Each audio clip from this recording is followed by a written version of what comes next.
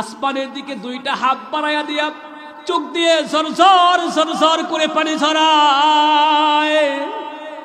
আর মালিককে ডাক দিয়া কয়, মালিক তোমার মতো মালিক যার আছে, তুমি জানো আমি সকালবেলা খেয়ে বের হয়েছি, বিকালবেলা কি খাবো এমন খাদ্য আমার ঘরেও নাই, আমার কাছেও নাই। কারণ আমি জানি তুমি তোমার মতো মালিক আমার আছে, তুমি তো আমাকে খাওয়াও। তুমি যেহেতু আমাকে খাওয়াও, এই জন্য আমি দুপুর বা বিকেলের খাবার পিটি করে বাহন করার মতো গাধা আমি না। সুবহানাল্লাহ কয় না? মালিক তোমার মতো মালিক যারা আছে তার রিজিকের কোনো টেনশন নাই। আমি রিজিকের কোনো টেনশন করি না, পেরেশানি করি না। রাত্রে কি খাবো এই রিজিকও আমি আমার কাছে রাখি না, বাহন করি না। কিন্তু এখন আমার সামনে দুইজন মেহমান, যুক্তেষ্ট মুহাদ্দিস এবং তার বন্ধু সহ মেহমান হয়ে আসছে রব্বুল আলামিন, কিন্তু আমার কাছে কোনো খাবার নাই। কারণ কি তোমার কাছে চাই? কারণ হলো তোমার বন্ধু যখন মেহমান পাইছে, মুহাম্মাদুর রাসূলুল্লাহ যখন মেহমান পাইছে, মুহাম্মাদুর রাসূলুল্লাহ মেহমান পাইলে খুশি হয়ে গেছে। খুশি হইয়া মেহমানকে পেট পুরা করে খাওয়াইছে, যথাযথ আদর আপ্যায়ন করেছে। তোমার মেহমানকে মেহমানদারি করানো তোমার নবীজির সুন্নাহ। রব্বুল আলামিন এই মুহূর্তে আমার একটু তোমার নবীজির সুন্নাহ এই ইবাদতটা করার জন্য বুকের ভিতর উগ্রীবোধ এসে গিয়েছে। রব্বুল আলামিন আমার কাছে কোনো খাবার নাই, কিভাবে ব্যবস্থা করবা দিয়ে দাও, আমি তোমার নবীজির সুন্নাহ এই ইবাদতটা করতে চাই। এমন করে যখন বলতেছিল মুসলমান, শায়েখ আব্দুল ওয়াহিদ তার কিতাবের ভিতরে লেখেন যে আসমান থেকে বলতে বলতে হাতটা যখন নিচের দিকে নামাইছে, এই হাতের ভিতরে মকমলের সবুজ যুক্ত কাপড় দিয়ে ঢাকা এক বড় খানসাওয়ালা খাবার তার হাতের মধ্যে এসে গিয়েছে। খানসাওয়ালা খাবার যখন খানসা ভর্তি খাবার যখন তার হাতের ভিতরে আসছে, আসার পরে এই কাপড়ের মকমলের কাপড় দস্তরখানটা খাবারের উপর থেকে উঠাইলো। উঠানোর পরে ডাক দিয়া কয়, এরে আব্দুল ওয়াহিদ, এই যে নাও তুমিও খাও, তোমার বন্ধুকে খাওয়াও। আব্দুল ওয়াহিদ লেখে এখনো এই খাবারের গোশতের ভিতর থেকে গরম ধোঁয়া বের হয়, এই রুটির ভিতর থেকে গরম ধোঁয়া বের হইতেছে। ঠিক এমন সময় আব্দুল ওয়াহিদ দুইজন এবং তার বন্ধু এই দুইজনে মিলে পেট পুরা করে খাইলো। খাদ্যের উপরে সুন্দর একটা পানির পাত্র, স্বচ্ছ পানির পাত্র দেখা যায়। খাচ্ছে, পানি খাচ্ছে আর খাবার খাচ্ছে। শায়েখ আব্দুল ওয়াহিদ এবং তার বন্ধু পরামর্শ করতেছে, এই খাবার মনে হয় দুনিয়ার কোনো খাবার না, জান্নাতের খাবার মনে হয় আমরা খাইতেছি। জান্নাতের খাবার খাইতেছি, এত সুন্দর খাবার এই দুনিয়াতে কোনোদিন দেখি নাই, খায়ও নাই। জান্নাতের খাবার বুঝি আমাদের কাছে বোকা বান্দা দিয়েছে। এমন করে যখন বলতেছে, বোকা গোলাম ডাক দিয়ে কয়, এরে আব্দুল ওয়াহিদ, এই যে খাবার খাইতেছো, এই খাবার খেয়ে আবার এটা ভেবো না এটা জান্নাতের খাবার এবং জান্নাতের পানি, এটা ভাবার সুযোগ কিন্তু নাই। সুবহানাল্লাহ। শায়েখ আব্দুল ওয়াহিদের ভিতরে আরো একটা চিন্তা বের হয়ে গেল, চিন্তা যুক্ত হয়ে গেল। এত সুন্দর খাবার দুনিয়াতে কোনোদিন দেখিও নাই, খায়ও নাই। এত সুন্দর খাবার, স্বচ্ছ পানি দুনিয়াতে কোনোদিন খাই নাই, আবার এত সুন্দর স্বচ্ছ পানি দুনিয়াতে কোনোদিন দেখিও নাই। তাহলে এই পানিটা জান্নাতের না কোথার, জান্নাতের খাবার না কোথাকার খাবার, এটা আবার কিভাবে বলে? বোকা বান্দা ডাক দিয়া কয়, শায়েখ আব্দুল ওয়াহিদ রে, শোনো শোনো আব্দুল ওয়াহিদ, জান্নাতের খাবারের একটা বৈশিষ্ট্য হলো, জান্নাতের খাবার দুনিয়ার কোনো মানুষ যদি একবার খেতে পারে, এই মানুষটার কিয়ামত পর্যন্ত আর ক্ষুধার ভাব হবে না।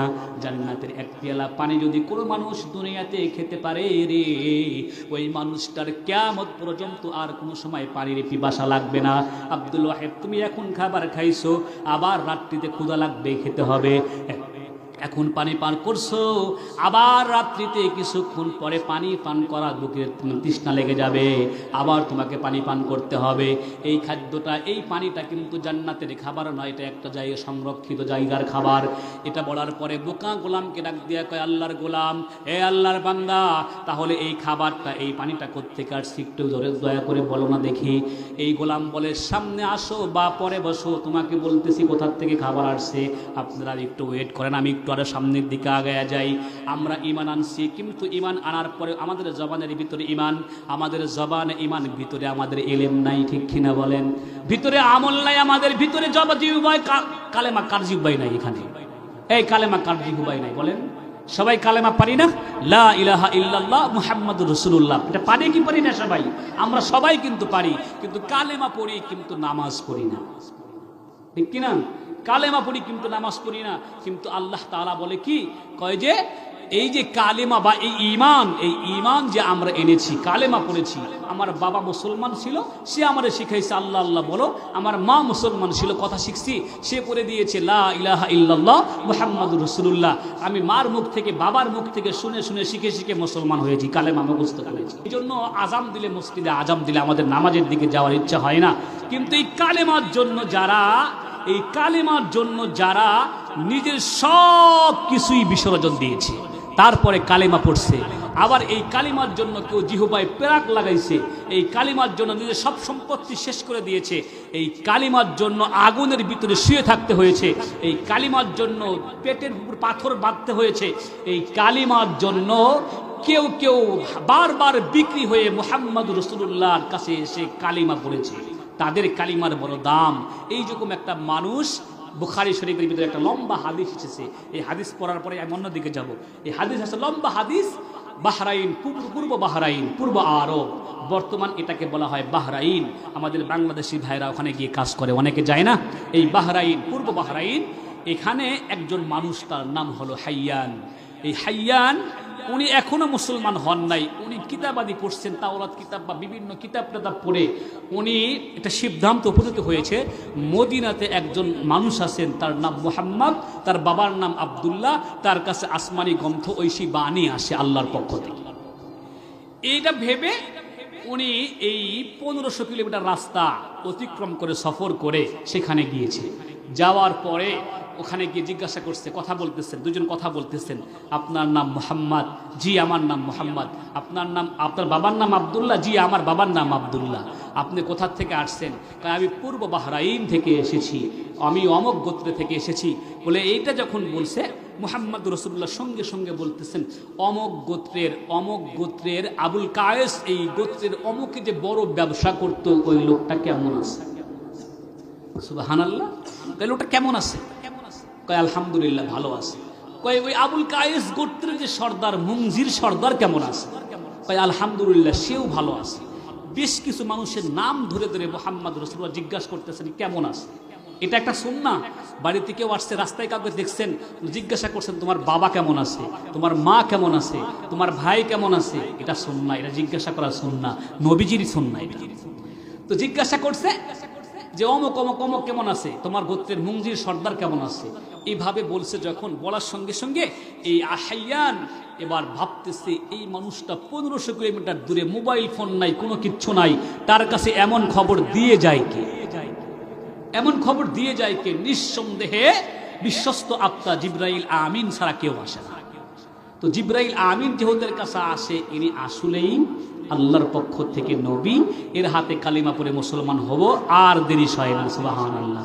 হাইয়ান বলছে আমাকে কালিমা পড়ায় দেন, লা ইলাহা ইল্লাল্লাহ মুহাম্মাদুর রাসূলুল্লাহ।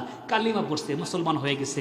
মুসলমান হওয়ার পরে আল্লাহ নবীকে বলে, ইয়া রাসূলুল্লাহ আমি অনেক দূর থেকে আসছি, আসার পরে এখন আমার কাজ হলো, আমি যেহেতু কালিমা পড়ছি, জিহ্বায় কালিমা লাগাইছি, এবার আমাকে বিশেষ বিশেষ কিছু আমল শিখায়া দেন, আমাকে তো বাড়িতে যেতে হয়, বিশেষ বিশেষ কিছু আমল শিখায় দেন। মুহাম্মদ রাসূলুল্লাহ কাছে বসায়া মুহাব্বতের সাথে আমল শিখায় দেয়। কি শিখায়? তাড়াতাড়ি করে ওযুটা সুন্দর করে শিখায় দেয়, নামাজ পড়াটা শিখায় দেয়, 2-4টা সূরা শিখায় দেয়। শিখানো হয়েছে, মোটামুটি শিখানো হয়েছে। এবার বলতেছে তুমি বাড়িতে যাও। এই হাইয়ান রাদিয়াল্লাহু তাআলা আনহু এই আবার 1500 কিলোমিটার রাস্তা সফর করে তার পূর্ব এই বাহরাইনে চলে আসছে। বাহরাইনে আসার পরে, বাহরাইনে যখন আসছে, আসার পরে দেখতেছেন এখানে এসে, তো এখানে বাহরাইনে তো কোনো মুসলমান নাই, কালিমাওয়ালা কেউ আছে কি ওখানে? কেউ নাই। শুধুমাত্র একজন কালিমাওয়ালা, তিনি হলেন হাইয়ান রাদিয়াল্লাহু তাআলা। এই কালিমা যে পড়ছে আর যে কালিমা পড়ে নাই, এই দুজন কি এক সমান হতে পারে নাকি? কথা বলেন, এক সমান হতে পারে? নিঃসন্দেহে হতে পারে না। তো এই বাহরাইনে এসে এখন যদি বলে আমি মুসলমান, কথাটা বলতেও লজ্জা লাগবে। আর পরিচয় যদি দেয় আমি মুসলমান, তাহলে ওনাকে বাঁচাবে কেউ? কথা বলেন, কেউ বাঁচাবে? বাঁচাবে না। তো ইমাম তো আনছে, ইমানের স্বাদ তো আলাদা।